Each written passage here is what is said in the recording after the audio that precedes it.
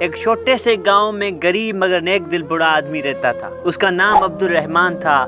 وہ اپنی بیوی فاطمہ اور بچوں کے ساتھ نہایت سادی زندگی گزارتا تھا۔ رمضان کا مہینہ تھا اور غربت اس قدر بڑھ چکی تھی کہ کئی دن ان کے گھر میں چولہا نہیں جلتا تھا، مگر عبدالرحمن ہر حال میں اللہ پر بھروسہ رکھتا تھا اور حرام رزق سے بچتا تھا۔ ایک دن عبدالرحمن کام کی تلاش میں دور ایک سنسان وادی کی طرف گیا۔ سورج کی تیز دھوپ تھی اور وہ بھوک اور کمزوری سے نڈھال ہو چکا تھا۔ چلتے چلتے اچانک اس کی نظر ایک ریشمی تھیلی پر پڑی۔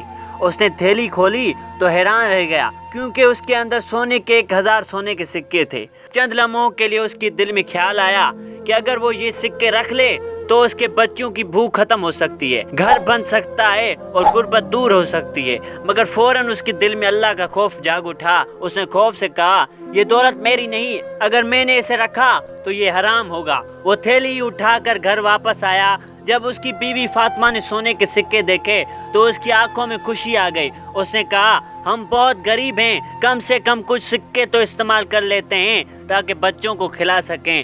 مگر عبدالرحمن نے نرمی سے جواب دیا، بھوک برداشت کر لوں گا مگر حرام کا مال کبھی نہیں کھاؤں گا۔ اگلے دن عبدالرحمن مکے کے بازاروں اور مسجد حرام کے ارد گرد اس تھیلی کے مالک کو تلاش کرنے لگا۔ کئی دن گزرتے گئے مگر مالک کا کوئی پتہ نہ چلا۔ لوگ اس کی ایمانداری کی تعریف کرتے، بعض لوگ اسے بیوقوف ہی کہتے کہ اتنی بڑی دولت واپس کیوں کرنا چاہتے ہو۔ تیسرے دن مسجد حرام میں ایک نوجوان زور زور سے روتا ہوا دکھائی دیا۔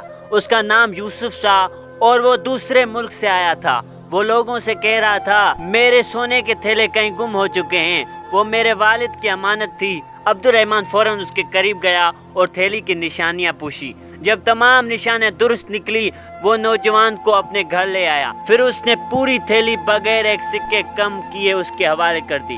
یوسف حیران رہ گیا۔ اس نے کہا، بابا آپ اتنے غریب ہیں پھر بھی آپ نے ایک سکہ تک نہیں لیا۔ عبدالرحمن نے مسکرا کر جواب دیا، رزق اللہ دیتا ہے، حرام دولت کبھی سکون نہیں دیتی۔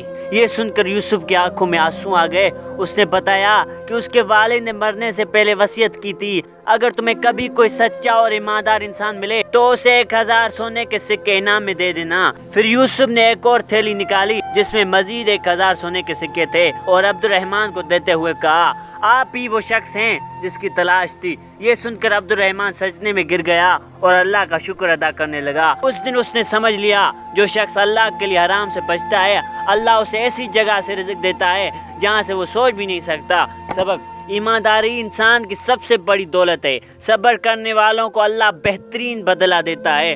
حلال رزق میں برکت ہوتی ہے۔ اللہ پر بھروسہ کبھی ضائع نہیں ہوتا۔ Thank you.